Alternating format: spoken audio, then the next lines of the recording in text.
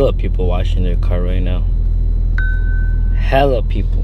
We're in the S5 today. We are gonna stop at the auto parts store real quick to pick up some towels because this car's filthy as fuck. We're gonna go get it washed. Un segundo. Un momento, por favor. Oh, thanks. Fucking weirdo. Alright, we came to O'Reilly's instead because Advance didn't have what I was looking for. But let's go get this car washed real quick. 44444. Nice, that's cool. Alright guys, so I just finished washing the car and wiping it down. I'm gonna get the fuck out of here because there's too many boomers that are staring at me being weird. Alright guys, so here's my S5 B9 2018. Basic bolt-ons to this car, intake downpipe. Plan to do springs or bags, and then I threw a RS grill on there and do some tints. It is my wife's car, so I do plan on pushing this car to the 9 in the future for sure. But I rushed back home because this is one of my buddy's car. The same year, 2018 Audi S5. He brought it to me because he bought the car, and then not even a month later they started giving him issues. So I'm gonna have him explain everything, what happened and what's going on and why it's here. So here is Miguel's 2018, right? Audi S5. S5. So what's the backstory on this car? I went to Audi Exchange, looking for a car because my boy, he got me into the whole Audi madness. But got the car. A day later, it started doing a ticking noise. Took it back. They said it was okay. It was the fuel injectors. People that know cars know that that's not a normal noise. I asked to see a service guy. Yeah. And they said they were all busy when I'll come back some other day. Less than a month later, a rocker arm gave out. So that's where we're at, and that's why we're here with Josh. You're gonna get me right. Yes, sir. So we're gonna be bringing this car into our shop here for now. We're gonna get a shop eventually, but this will do for now.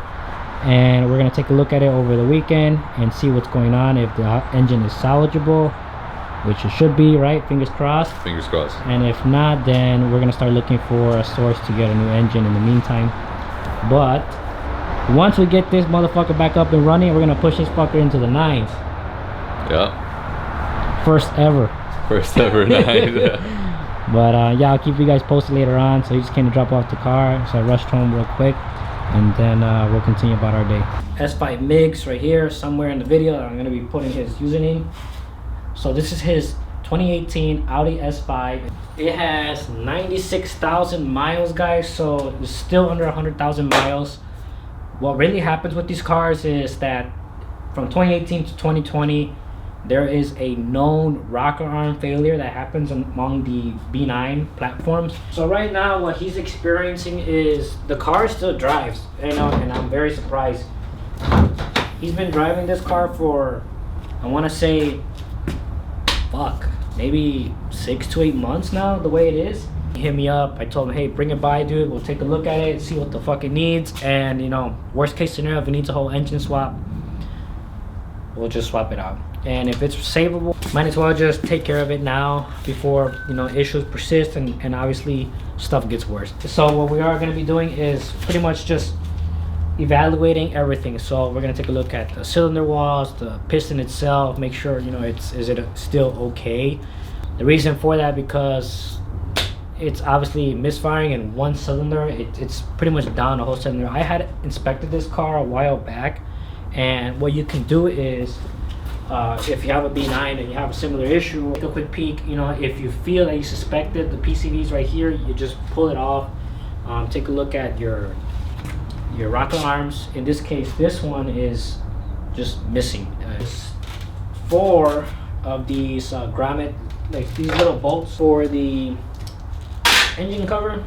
So this is what most of the engine looks like in the S4, S5, SQ5s. It's just a single turbo hot V6 engine.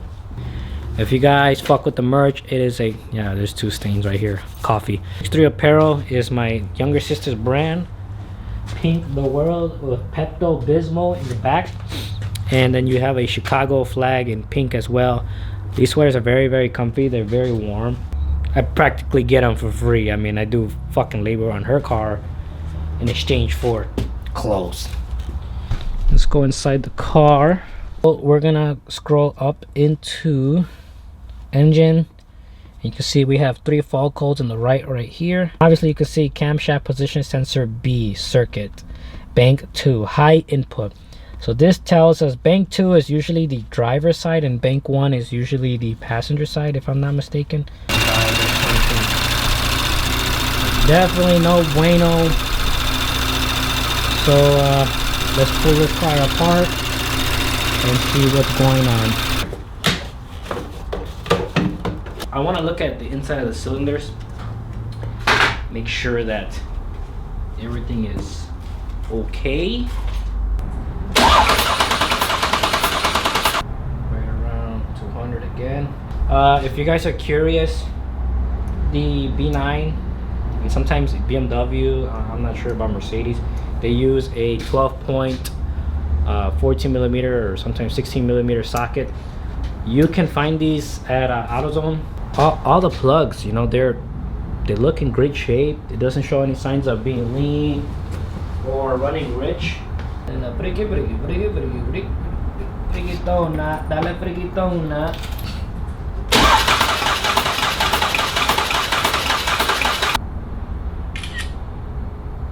have real good compression on all this on bank 2. So we're gonna move on to bank 1 and verify everything on that end. And they all have real high compression, real good compression on the cylinders so far, which is good. I'm just gonna stick a borescope on all the cylinders real quick just to make sure they all don't look visibly damaged. This one looks okay. Overall, it looks fine.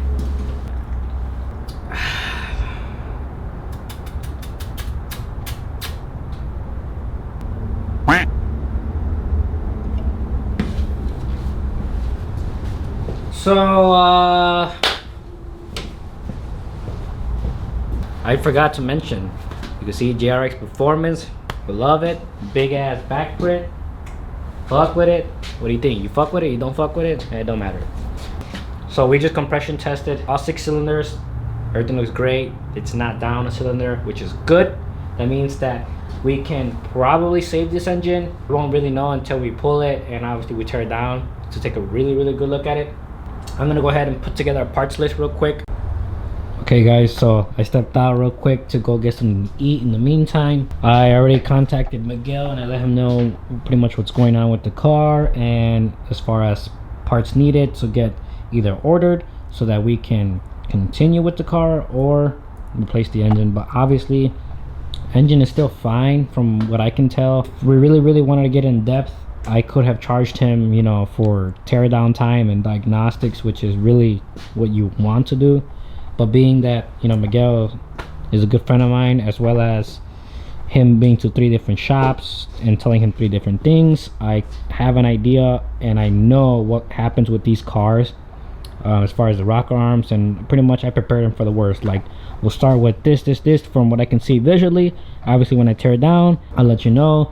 I did prepare him, like, for now we're gonna be spending this much, but in the future, like, if, you know, as I get into it, if we need more, then obviously I'll let you know. I'm pretty much waiting back from him to either give me the thumbs up and we can start ordering parts and he's gonna give me a deposit for labor so we can start tearing it down, or B, we end up, you know, putting it back together and sending it out the way so that whenever he is ready to do the repairs, he comes back to me. So it's a 50-50 right now. We'll see what goes on. We'll go from there, man. Okay guys, so after a couple hours passed by, talked to Miguel, and unfortunately he is just gonna wait it out a little bit.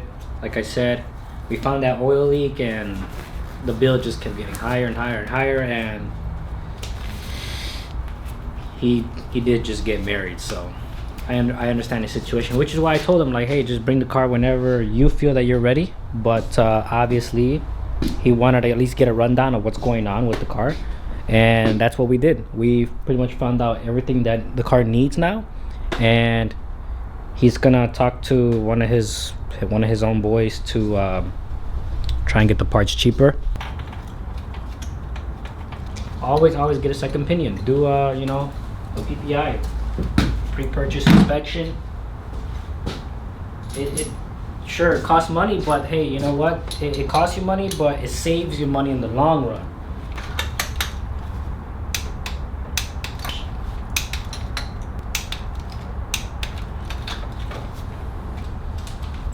Si no quieres no, si no quieres no.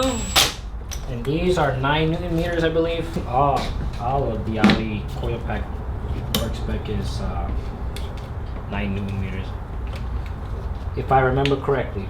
And then there's some that just be like, I just go based off other Douglas.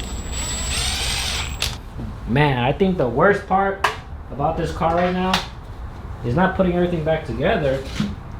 It's the ground wire for the coil packs. Like the ones right here, the two fronts, which is 4 and 5, no big deal. 1 and 2, no big deal. But cylinder 3 and 6, they fucking suck, bro. Like, it's like fucking Legos and shit, trying to figure out which wire goes to which, because everything was nice and coated like this, but the other shop he took his car to, they started splitting the loom. For what fucking reason? I have no clue, dude. If you work on the B9s, you know that intake, the stock intake or any aftermarket intake, is a fucking pain to put on. Pain, I tell you. Pain.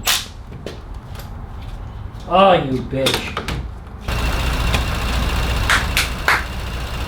We're Gucci. In the future, for sure, we will do something with this car. Definitely would love to see this car put some power down. So yeah, just gonna wait for him to contact me. In the meantime, I'm gonna just throw the car away so that we're able to get other customer car in here and take care of them accordingly. It does suck that, you know, right now I'm in my garage, but I am working on getting a shop so that we're able to have more customer vehicles in frequently and get them in and out of the door a lot faster, rather than just waiting day by day until I'm able to finish, because the space in here is pretty limited. If you guys are curious and you want to purchase some merch in the future, comment down below. What do you want as far as merch? Like, should it be my car? Should it be the logo itself?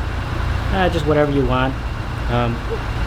Just some input, some recommendations. I would really appreciate to hear some feedback from you guys. And thank you for watching, and I'll see you in the next one.